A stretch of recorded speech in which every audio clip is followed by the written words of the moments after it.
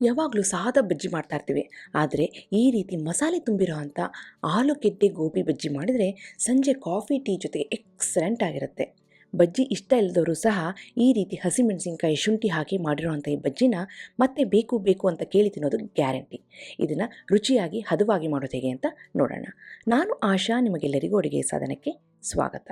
ಇವತ್ತಿನ ಈ ಆಲೂಗೆಡ್ಡೆ ಗೋಬಿ ಬಜ್ಜಿಗೆ ಮೊದಲು ಇಲ್ಲಿ ನಾನು ಒಂದು 3/4 ಲೀಟ್ರಷ್ಟು ನೀರನ್ನ ಒಂದು ಪಾತ್ರೆಯಲ್ಲಿ ಕುದಿಸ್ಕೊತಾ ಇದ್ದೀನಿ. ಅದು ಕುದಿಬೇಕಾದ್ರೆ ಒಂದು ಚಿಟಿಕೆಯಷ್ಟು ಅರಿಶಿನ ಪುಡಿ, 1 ಟೀ ಸ್ಪೂನಷ್ಟು ಉಪ್ಪನ್ನು ಹಾಕಿ ಚೆನ್ನಾಗಿ ಕುದಿಸಿ ಅದರಲ್ಲಿ ಸ್ವಲ್ಪ ಹೂಕೋಸು ಹಾಗೆಯೇ ಆಲೂಗೆಡ್ಡೆನ ಈ ರೀತಿ ಸಿಪ್ಪೆ ಸಮೇತ ದಪ್ಪ ದಪ್ಪವಾಗಿ ಕಟ್ ಮಾಡಿಕೊಂಡು ಹಾಕ್ಕೊಳ್ತಾ ಇದ್ದೀನಿ.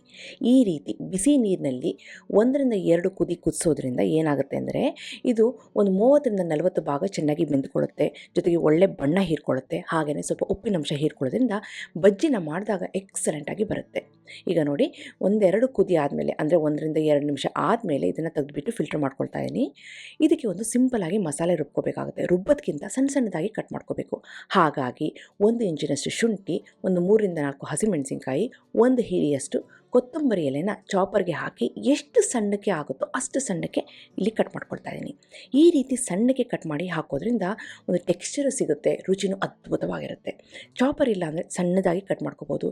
ಇಲ್ಲಪ್ಪ ಕಟ್ ಮಾಡೋದಕ್ಕೆ ಆಗೋದೇ ಇಲ್ಲ ಅಂತಂದರೆ ಮಿಕ್ಸಿನಲ್ಲಿ ಹಾಕಿ ದಪ್ಪ ದಪ್ಪವಾಗಿ ಪುಡಿ ಮಾಡ್ಕೋಬೋದು ನೀರು ಹಾಕ್ತಾರೇನೆ. ಇಲ್ಲಿ ಈಗ ಸಣ್ಣ ಸಣ್ಣದಾಗಿ ಕಟ್ ಮಾಡಿರುವಂಥ ಶುಂಠಿ, ಹಸಿಮೆಣಸಿನ್ಕಾಯಿ, ಕೊತ್ತಂಬರಿ ಎಲೆನ ನಾವು ಮೊದಲೇ ಬೇಯಿಸಿಟ್ಕೊಂಡಿದ್ವಲ್ಲ ಆಲೂಗೆಡ್ಡೆ ಗೋಬಿಗೆ ಹಾಕ್ಕೊಂಡು ಚೆನ್ನಾಗಿ ಮಿಕ್ಸ್ ಮಾಡ್ಕೊಳ್ತಾ ಇದ್ದೀನಿ. ಜೊತೆಗೆ ಸ್ವಲ್ಪ ಗರಂ ಮಸಾಲೆ, ಒಂದು ಅರ್ಧ ಟೀ ಸ್ಪೂನಷ್ಟು ಗರಂ ಮಸಾಲೆ, ಅರ್ಧ ಟೀ ಸ್ಪೂನಷ್ಟು ಜೀರಿಗೆ ಪುಡಿ, ಹಾಗೆಯೇ 1 ಟೀ ಸ್ಪೂನಷ್ಟು ಕಸೂರಿ ಮೇಥಿನ, ಡ್ರೈ ಕಸೂರಿ ಮೇಥಿನೂ ಸೇರಿಸ್ತಾ ಇದ್ದೀನಿ. ಇದನ್ನೆಲ್ಲ ಹಾಕೋದ್ರಿಂದ ಈ ಬಜ್ಜಿ ಎಕ್ಸಲೆಂಟ್ ಟೇಸ್ಟಾಗಿ ಬರುತ್ತೆ. ಲಾಸ್ಟಿಗೆ ಸ್ವಲ್ಪ ಉಪ್ಪಿನ ಪುಡಿನ ಉದುರಿಸ್ತಾ ಇದ್ದೀನಿ. ಇದನ್ನು ಬೇಯಿಸಬೇಕಾದ್ರೂ ಸ್ವಲ್ಪ ಉಪ್ಪನ್ನು ಸೇರಿಸಿದ್ವಿ, ಅದನ್ನು ನೋಡಿಕೊಂಡು ಸ್ವಲ್ಪ ಉಪ್ಪಿನ ಪುಡಿನ ಇಲ್ಲಿ ಸೇರಿಸ್ಕೊಳ್ಳಿ. ಈಗೆಲ್ಲ ಆದಮೇಲೆ ಎಲ್ಲ ಚೆನ್ನಾಗಿ ಮಿಕ್ಸ್ ಮಾಡ್ತಾ ಇದ್ದೀನಿ. ಇದು ಒಂದು 5-10 ನಿಮಿಷ ಹಾಗೆ ಇರಲಿ. ಅಷ್ಟೊತ್ತಿಗೆ ಈ ಬಜ್ಜಿಗೆ ಹಿಟ್ಟನ್ನು ರೆಡಿ ಮಾಡ್ಕೊಳ್ಳೋಣ. ಹಿಟ್ಟಿಗೋಸ್ಕರ 1 ಕಪ್ಪಿನಷ್ಟು ಕಡಲೆ ಹಿಟ್ಟು, 1/4 ಕಪ್ಪಿನಷ್ಟು ಅಕ್ಕಿ ಹಿಟ್ಟು, ರುಚಿಗೆ ತಕ್ಕಷ್ಟು ಉಪ್ಪು, ಹಿಟ್ಟಿಗೆ ಎಷ್ಟು ಬೇಕೋ ಅಷ್ಟು ಉಪ್ಪು, ಹಾಗೆಯೇ ಸ್ವಲ್ಪ ಖಾರದ ಪುಡಿ. ಖಾರಕ್ಕೆ ನಾವು ಹಸಿಮೆಣಸಿನ್ಕಾಯಿನ ಹಾಕ್ಕೊಂಡಿದ್ದೀವಿ, ಹಾಗಾಗಿ ನೋಡಿಕೊಂಡು ಸೇರಿಸ್ಕೊಳ್ಳಿ. ಸ್ವಲ್ಪ ಇಂಗಿನ ಪುಡಿ, ಒಂದು 1/4 ಟೀ ಸ್ಪೂನಷ್ಟು ಇಂಗಿನ ಪುಡಿ, ಹಾಗೆಯೇ ನಾವು ಮೊದಲೇ ಸಣ್ಣದಾಗಿ ಕಟ್ ಮಾಡ್ಕೊಂಡಂಥ ಹಸಿ ಶುಂಠಿ, ಹಸಿಮೆಣಸಿನ್ಕಾಯಿ, ಕೊತ್ತಂಬರಿ ಎಲೆ ಆ ಪೀಸಸ್ನ ಹಾಕ್ಕೊಂಡು ಒಂದು ಚಿಟಿಕೆಯಷ್ಟು ಅಡುಗೆ ಸೋಡಾನ ಹಾಕಿ ಇದನ್ನು ಚೆನ್ನಾಗಿ ಮಿಕ್ಸ್ ಮಾಡ್ಕೊಳ್ತಾ ಇದ್ದೀನಿ. ಇದೆಲ್ಲ ಚೆನ್ನಾಗಿ ಮಿಕ್ಸ್ ಆಗಿದೆ ಅಂದಾಗ ಇದಕ್ಕೆ ಎಷ್ಟು ನೀರು ಬೇಕೋ ಅಷ್ಟು ನೀರನ್ನ ಸೇರಿಸ್ಕೊಂಡು ಇದನ್ನು ಹದವಾಗಿ ಕಲಿಸ್ಕೋಬೇಕಾಗತ್ತೆ. ನಾವು ಮೊದಲೇ ಹಾಕಿದ್ವಲ್ಲ ಹಸಿ ಶುಂಠಿ, ಹಸಿಮೆಣಸಿನ್ಕಾಯಿ, ಕೊತ್ತಂಬರಿ ಎಲೆ ಪೀಸಸ್ಸು, ಅದು ಇದಕ್ಕೆ ಎಕ್ಸ್ಟ್ರಾ ಫ್ಲೇವರ್ ಕೊಡೋದಂತೂ ಗ್ಯಾರಂಟಿ. ಯಾಕೆ ಅಂದರೆ ತೀರಾ ಪೇಸ್ಟ್ ಆಗಿಲ್ಲ, ಹಾಗೆ ದಪ್ಪ ದಪ್ಪವಾಗಿಲ್ಲ, ಸಣ್ಣ ಸಣ್ಣದಾಗಿ ಕಟ್ ಮಾಡ್ಕೊಂಡು ಹಾಕಿರೋದ್ರಿಂದ ಮಧ್ಯೆ ಆ ಟೆಕ್ಸ್ಚರ್ ಸಮೇತ ಅದನ್ನ ತಿನ್ನಬೇಕಾದ್ರೆ ರುಚಿ ಅದ್ಭುತವಾಗಿರುತ್ತೆ. ಈಗ ಸ್ವಲ್ಪನೇ ನೀರನ್ನ ಸೇರಿಸ್ಕೊಂಡು ಇದನ್ನು ತೀರಾ ತೆಳ್ಳಗೂ ಕಲಿಸ್ಕೋಬಾರ್ದು, ಹಾಗೆ ತೀರಾ ದಪ್ಪಗೂ ಕಲಿಸ್ಕೋಬಾರ್ದು. ಒಂದು ಹದದಲ್ಲಿ ಕಲಿಸ್ಕೊಂಡು ಬಜ್ಜಿ ಮಾಡಿದ್ರೆ ಬಜ್ಜಿಗೆ ಲೈಟಾಗಿ ಕೋಟಾಗಿರುತ್ತೆ, ಹಾಗೆಯೇ ರುಚಿಯಾಗಿ ಬರುತ್ತೆ. ಈಗ ನೋಡಿ, ಹಿಟ್ಟು ರೆಡಿಯಾಗಿದೆ. ಈ ಹದದಲ್ಲಿ ಇರಬೇಕು. ಈ ಹದದಲ್ಲಿ ಇದ್ದರೆ ಮಾತ್ರ ನಾವು ಆಲೂಗೆಡ್ಡೆನ ಇದರಲ್ಲಿ ಅದ್ದಿ ಬಿಟ್ಟಾಗ ಲೈಟಾಗಿ ಕೋಟಾಗುತ್ತೆ. ಜಾಸ್ತಿ ಹಿಟ್ಟು ಸಹ ಅಂಟ್ಕೊಳ್ಳೋದಿಲ್ಲ. ಜಾಸ್ತಿ ಹಿಟ್ಟು ಅಂಟ್ಕೊಬಿಟ್ರೂ ಸಹ ಬಜ್ಜಿ ಅಷ್ಟು ರುಚಿಯಾಗಿ ಬರೋದಿಲ್ಲ. ಹಿಟ್ಟು ತೀರಾ ತೆಳ್ಳಗಾದರೆ ಎಣ್ಣೆನ ಹೀರಿಬಿಡುತ್ತೆ. ಹಾಗಾಗಿ ಈ ಹದದಲ್ಲಿ ಹಿಟ್ಟನ್ನು ಕಲಿಸ್ಕೊಂಡು ಒಂದೊಂದೇ ಈ ಪೀಸನ್ನು ಈ ರೀತಿ ಅದ್ದಿಬಿಟ್ಟು ಎಣ್ಣೆಯಲ್ಲಿ ಬಿಡೋದು. ಎಕ್ಸ್ಟ್ರಾ ಹಿಟ್ಟನ್ನು ಸೈಡ್ನಲ್ಲಿ ತೆಗೆದು ಬಿಡೋದಷ್ಟೇ. ಈಗ ನೋಡಿ, ಆಲೂಗೆಡ್ಡೆನೆಲ್ಲ ಮಸಾಲೆ ತುಂಬಿರೋಂಥ ಆಲೂಗೆಡ್ಡೆ ಪೀಸಸ್ನ ಹಿಟ್ಟಿನಲ್ಲಿ ಅದ್ದಿ ಚೆನ್ನಾಗಿ ಬಿಸಿಯಾಗಿರೋಂಥ ಎಣ್ಣೆಯಲ್ಲಿ ಹಾಕ್ತಾಯಿದ್ದೀನಿ. ಫ್ಲೇಮ್ ಹೈಯಲ್ಲೇ ಇದೆ.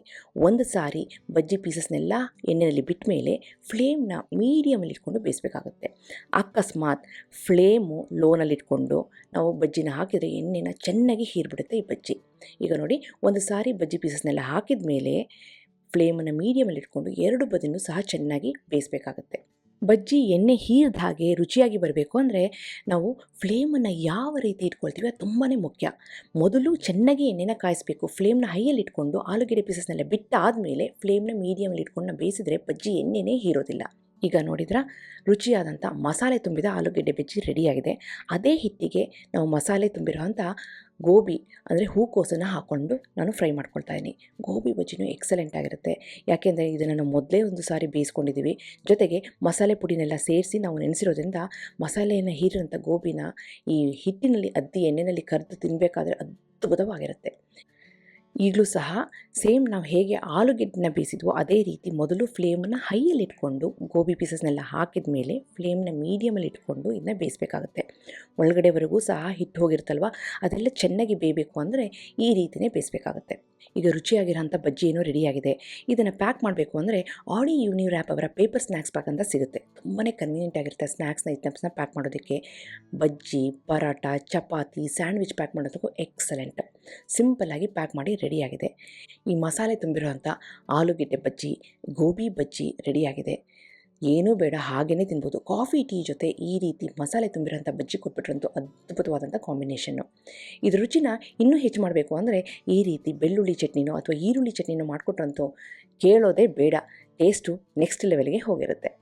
ನಿಮಗೆಲ್ಲ ಈ ರೆಸಿಪಿ ಇಷ್ಟ ಆಗಿದೆ ಅಂತ ಅಂದ್ಕೊಂಡಿದ್ದೀನಿ. ಖಂಡಿತವಾಗ್ಲೂ ಇವತ್ತೇ ಸಂಜೆ ಕಾಫಿ ಟೀ ಜೊತೆ ಇದನ್ನು ಮಾಡಿ ಹೇಗೆ ಬಂತು ಅಂತ ನಾನು ಕಮೆಂಟ್ ಸೆಕ್ಷನಲ್ಲಿ ದಯವಿಟ್ಟು ತಿಳಿಸಿ. ಹಾಗೆ ನೀವಿನ ಅಡುಗೆ ಸಾಧನಕ್ಕೆ ಸಬ್ಸ್ಕ್ರೈಬ್ ಆಗಿಲ್ಲ ಅಂದರೆ ತಡ ಯಾಕೆ, ಈಗಲೇ ಸಬ್ಸ್ಕ್ರೈಬ್ ಆಗಿ ಪಕ್ಕದ ಬೆಲ್ ಬಟನ್ ಕೂಡ ಟಚ್ ಮಾಡಿ. ನಿಮಗೆ ವಿಡಿಯೋ ಇಷ್ಟ ಆಯಿತು ಅಂದರೆ ಲೈಕ್ ಬಟನ್ನ ಕ್ಲಿಕ್ ಮಾಡಿ, ಫ್ರೆಂಡ್ಸ್ ಆ್ಯಂಡ್ ಫ್ಯಾಮಿಲಿ ಜೊತೆ ಶೇರ್ ಮಾಡಿ, ವಾಟ್ಸಪ್ಪಲ್ಲಿ ಶೇರ್ ಮಾಡಿ, ಶೇರ್ ಚಾನಲಲ್ಲಿ ಶೇರ್ ಮಾಡಿ. ಮತ್ತೊಂದು ಇಂಟ್ರೆಸ್ಟಿಂಗ್ ರೆಸಿಪಿಯೊಂದಿಗೆ ಭೇಟಿ ಆಗ್ತೇನೆ. ಅಲ್ಲಿವರೆಗೆ thank you, bye bye, see you.